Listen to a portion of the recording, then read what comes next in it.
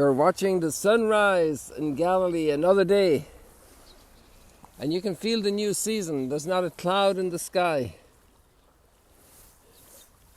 and the new growth is everywhere. Look at this grass here in full bloom.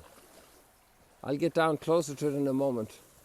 And then just coming into the ray of light of the sunrise there on the water, the reflection, you can see a boat crossing. It's a little bit hard to make out because of the dark background of the Golan, but actually it's gone north now of the light. You can see it there. It's gone north of the reflection on the water. It's very dark, so it's kind of hard to make out. If it was over here a bit more, we'd see it more easily. Many times perspective has a lot to do with what we see in life.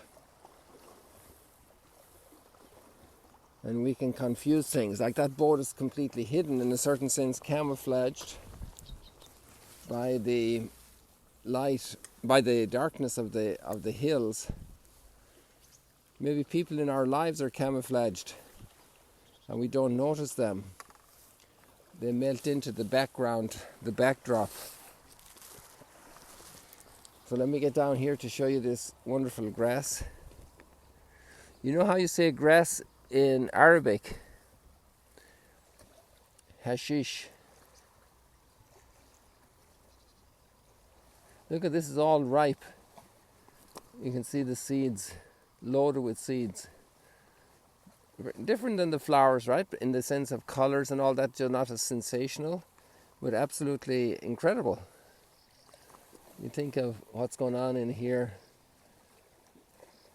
the engineering, the chemistry, the microbiology, and probably also the assaults on the life of these things, that they're not necessarily just there sleeping, peacefully, that there's all kinds of critters coming after them, and they have their protections. So much in nature.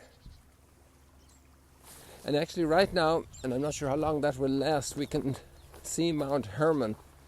Let me get a spot for you here to see that.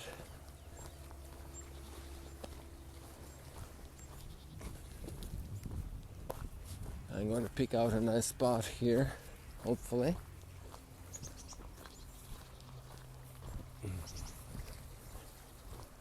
Because Mount Hermon has such a spot in our hearts.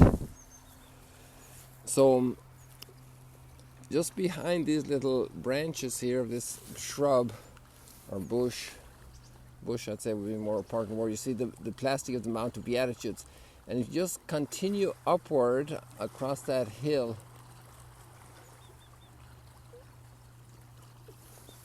it's faint, but you can see Mount Hermon. I can see it more clearly with my eyes than I can see it on the screen, but I see it on the screen also. So you see it protruding behind the Mount of Beatitudes as it goes up there to its level, those hills in front of us, those hills of Galilee. And way back in the distance, in very faint outline, you can see the contours of Mount Hermon.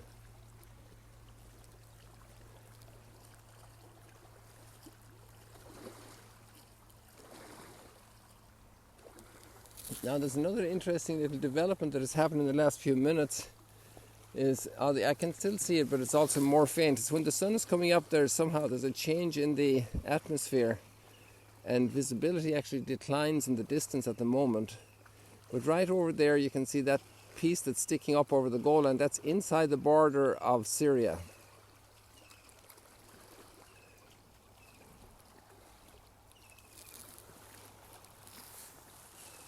And then we have a different grass here than the one we just saw. Look at this.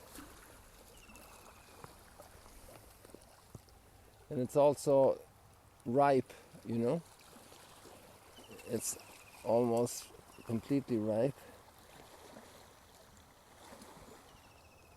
I love the way a number of you guys are taking pictures, screenshots from here and posting it on your different social platforms, spreading the word about the beauty of Galilee, God's creation here. Some of you even mentioned the live stream, and that gets more people involved. And this is very interesting because the growth of the reach of these means depends totally on you guys. And you have spread it to reach so far already, and that's wonderful, and I thank you very much. This pump is working today like not before. I don't know what the explanation is, but it's noisy. I've come by here a lot of times and it's in total silence. So there's something going on there today.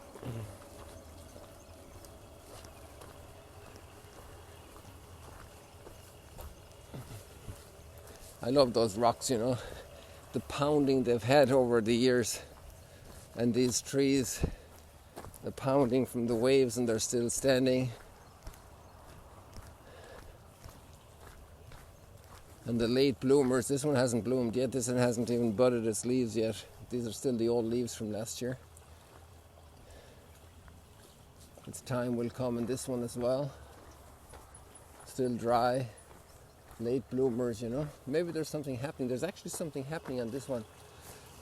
We're counter light now, so it's not easy to see. But look, this has to be new buds. Hold on there a second.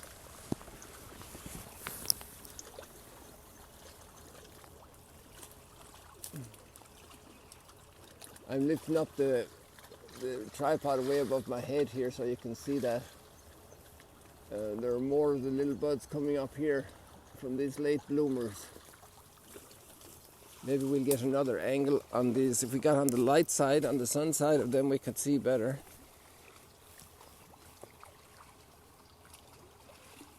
I don't see much very close to me that way. There's a little bit over here.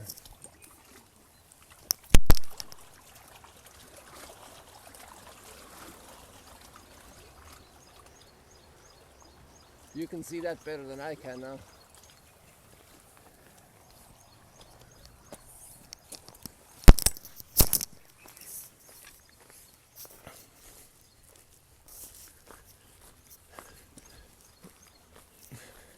So we're already at the point where we were starting yesterday. Where we were finishing yesterday with Shmuel.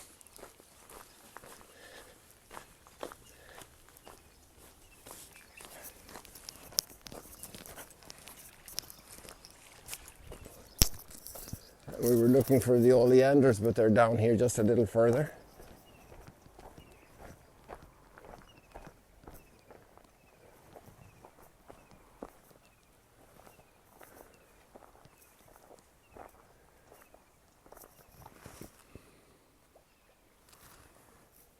Isn't that nice?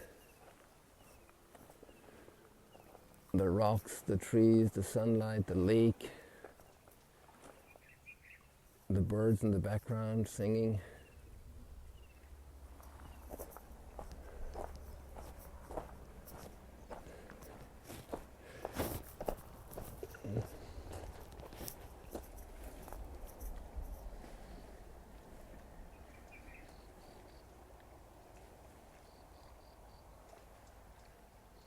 These are tiny little flowers, okay? Here's my finger. So they're really small.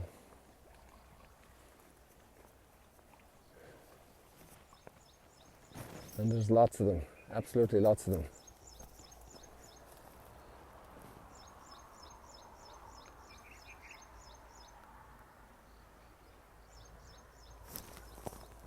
Amazing, and here's another dry one that hasn't blossomed yet. Mount Arbel. Oh, we need to go up to Mount Arbel. Actually, I had a thought this morning and I could have gone up if I had my hat on the right way. But we'll have to do it tomorrow, God willing, because I want to get up there before the green is lost. We can actually notice that the green is fading already with the heat. So in another couple of days we'll have a brown Mount Arbel, not a green one.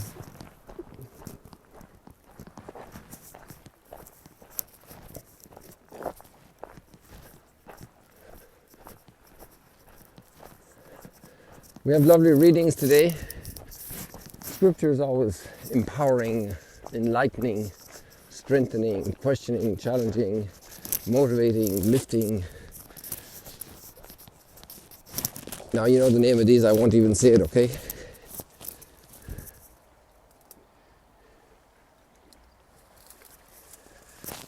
That was a nice effect yesterday with the light behind, was it yesterday? Behind the leaves. I think it was on the Instagram we got it. See the light coming through the leaves, through the petals.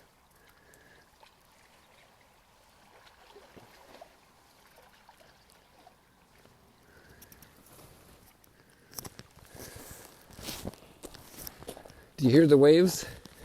Like not the waves, just the water lapping on the rocks there.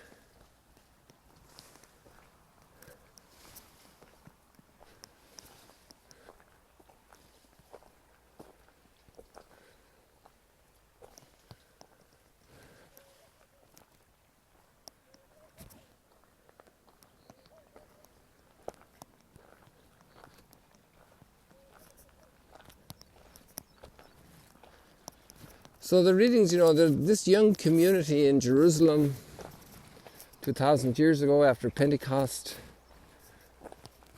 and the emphasis today is put on the unity of the community.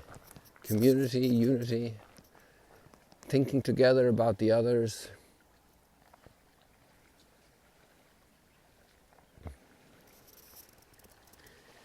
Thinking of the needy. And this fellow called Joseph, great name. Joseph sells a house because of some needy people. And he shares it. Maybe there's some people right now even that are listening here that have an extra condominium or apartment somewhere. And the question is, do I really need that? Couldn't I rent a nice couple of rooms and I go to that place? Couldn't I do something with that property? That's a very big thought, isn't it? A huge challenge. Or it could be a second car. Do I need it? Couldn't we get a taxi for those extra couple of times I need it and I could give this to some family that's hurting, that had a hard time? And think of the people, for example, that lost a relative now a month ago or 6 weeks ago or 6 months ago and checking in, how's it going, how are the adaptations, is there any way I could help? Somebody that lost a spouse and later in life, after many decades of marriage, might have concrete needs, might need a little bit of support, and not just materially, financially, but affection, interest. Because in a way what happens to us is that we're there when there's the bereavement and we express our sorrow and we, all of these things. But then the point comes when you don't want to talk about it anymore because you don't want to stir an open wound or a wound that's kind of healing, and you don't want to bring it up again because, this could just brings sadness. And obviously dealing with sadness is important. It has to be processed. And if it's processed with friends, then it's not so lonely. And think of friends that have lost somebody, that have some need, some tragedy, or maybe something very sad, like something embarrassing that happened in the family, and people kind of steer clear of that person because they don't want to be a reminder of the problem. But, we need a lot of love to heal different things and situations, hard times, and to stay close to people who maybe might be avoided by others. The famous old lepers, To stay close to people, not just when they're beautiful and shining and everybody wants to be close to them, but to be close to them when they're in need. That's the passage today of the Acts of the Apostles. People in need, and the community has enough interior strength to be close to them, to remain close to them, to lift them up, to console.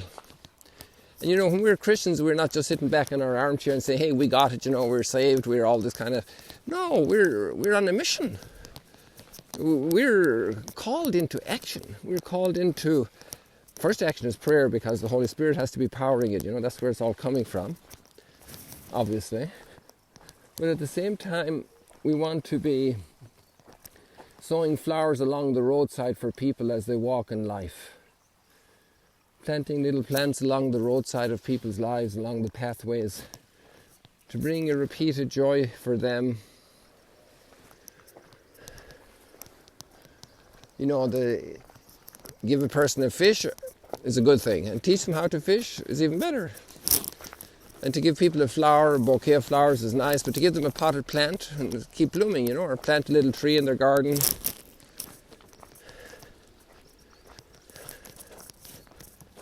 You know, it takes a bit of effort, a little bit of thinking. What kind of tree would I like? Hey, I'm thinking of getting a little tree for your garden because Joe was such a good guy.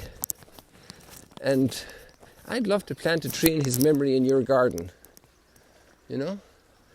And then it's not just a memory of Joe, but it's kind of your love and presence is there with them. Little signs, you know. Crazy ideas. Sorry about that, guys, but that's what came this morning in my brain. Hey, look at this black guy here. It's some kind of a bug that's flying here. And he's delaying it long enough that I can keep the camera on him. Can you see him? He's like a drone or a helicopter. Yesterday we were looking up at the helicopters. Today we're looking down at this little helicopter. I think this guy likes to be on camera. He's not running away from me. I'm not sure if he's aware of me, probably. He might think I'm an eagle coming in to eat him up. Although eagles wouldn't be bothered with this little guy, probably. Hey, look at that.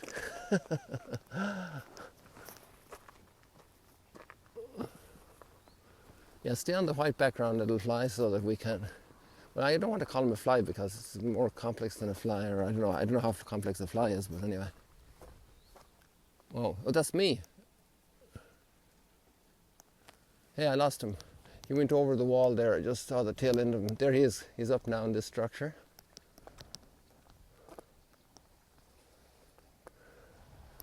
Amazing. Amazing, amazing. So to be thinking of the others, and that brings us outside of ourselves, you know. And we can sleep a lot better when we're not too worried about ourselves. That little bird there jumped out of the water. And we're happier when the day is over if we've been able to help somebody. Somebody is doing better because I have been able to love more and to be that kind and that patient and that forgiving.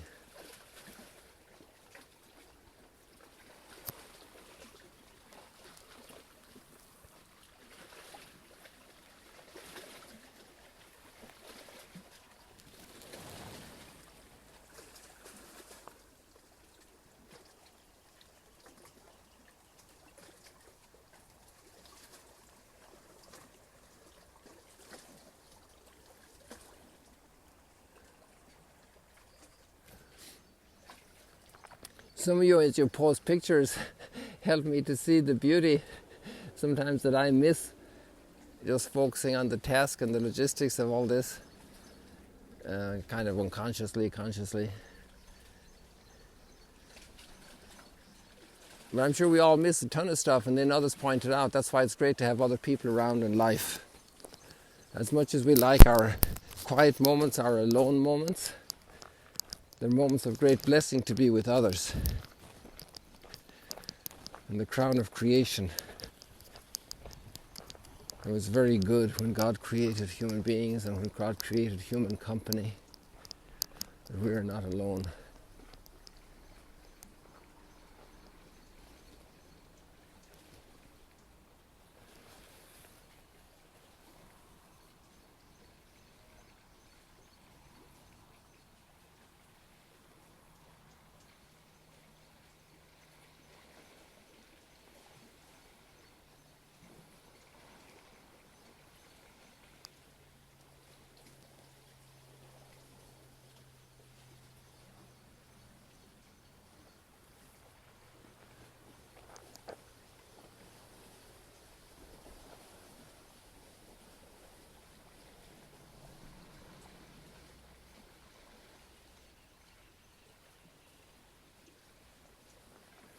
And then Nicodemus, you know, he's such an interesting guy. I got to love Nicodemus more this year. So cultured, such a mind, also discreet, coming in the night time, waiting for the light to burst through the darkness, and the light he receives in that conversation, and the way Jesus adapts to him, adapting to each person. It's wonderful in a family, and you see the conversation going, and then people turn to the 2-year-old and the 7-year-old, and they adapt. Kind of that whole family structure is a great gymnasium of exercises of adaptation.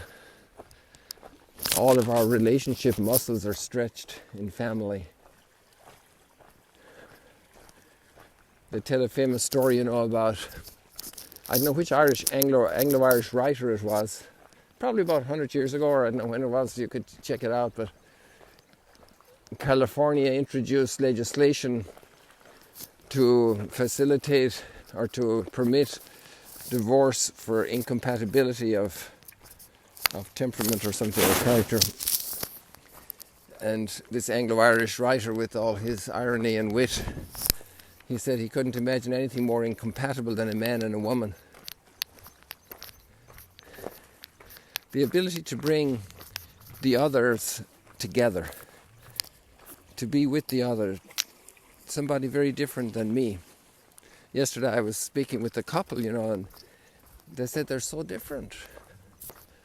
And she said, he is so active and he gets me out. I'd be watching television all day if it weren't for him and his wanderlust, his desire to be out and then meeting people in nature and so on. People can be very different and can be very blessed when they open up their hearts to the richness the other person brings in. And we see that very much in the conversation of Nicodemus and Jesus. An amazing conversation. Chapter 3 of John's Gospel. You get little snippets each day this week. Like we have at least 4 days reading chapter 3. And there's such powerful lines in that.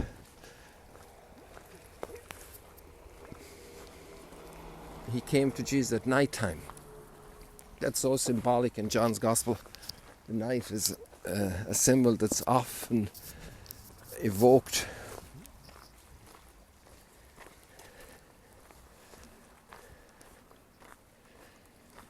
And the light comes in to enlighten. A lot of double meanings in the words there.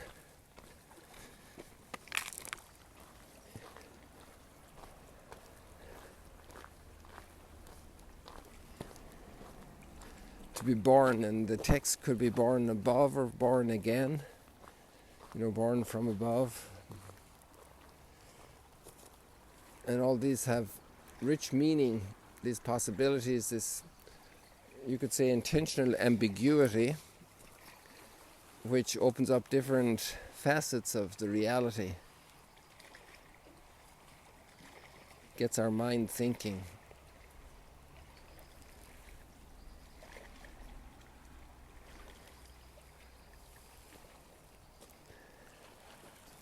Starting a process of thinking, a process of growth, an encounter with the other to get us out of our routine. And then we can have the major encounter, the encounter from above.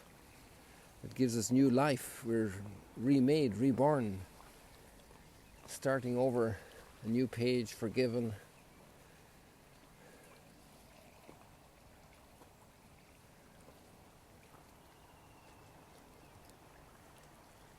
I love the new leaves in the springtime with the light going through them. It's wonderful walking in a forest. Haven't done that for a while. But these trees are a nice little substitute here today. Letting the light come through gradually.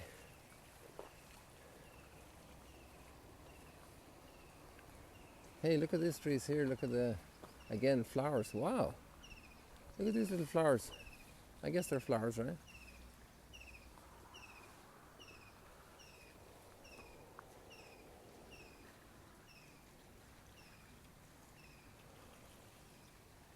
Amazing.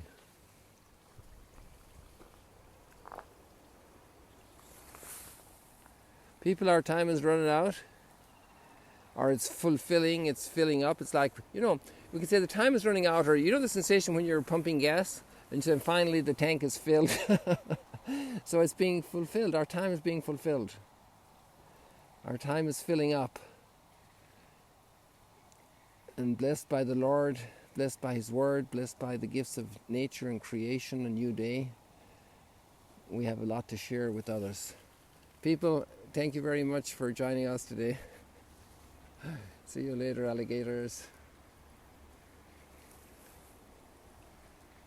Spread the word, spread the word, spread the word. More people need to hear. They need to have the contact with the goodness of the Lord. See you later, alligators.